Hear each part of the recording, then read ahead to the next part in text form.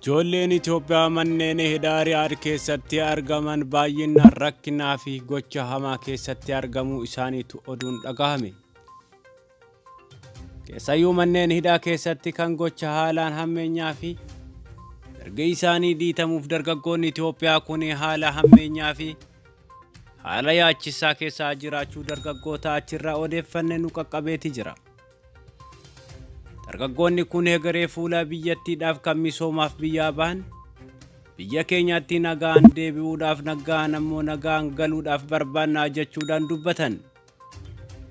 Kanneen qabeenyii fi haalli nageenyummaa isaanii irraa sarbame keessayyuu biyya keenyatti yoo nagaan galle barbaannaa jechuudhaan mana hidhaa isaan keessatti dubbii isaanii mootummaadhaan qabsiisuu danda'aniiti jiru. Kanneen imbaasii irratti ammoo himannaa irraa geggeeffame imbaasiinis daddaftee furmaata akka laattuuf sagalee akka nuu taatan jechuun marsaalee hawaasummaa irratti suuraan kun naanna'uu eegaleeti jira.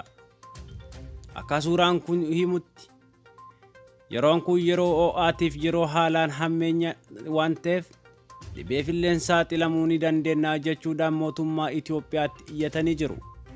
Amma ammaatitti manneen hidhaa Alaskaa biyya Riyaad keessatti argamu irratti lammiileen Itoophiyaa mana hidhaa san keessatti ho'aa fi waan haala yeroo ammaa kanaan wal qabatee COVID-19 dhaanis wal qabatee gochoota hamaa fi haala dararaa fi yaaddessaa keessatti argamna jedhan.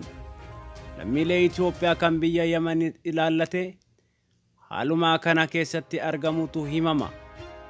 Qaamni dhimmi ilaalu waan kana furmaata yoo ittiin goone gaagama lammiilee Itoophiyaa irratti dhufuuf itti gaafatamaan mootummaa biyyattiiti jechuudhaan dargaggoonni kun mana hidhaa kana keessatti mallattoo diddaa gabrummaa dhageessisaniiti jiru. Walaabuu miidiyaa neetworkii biyya Riyaad irraa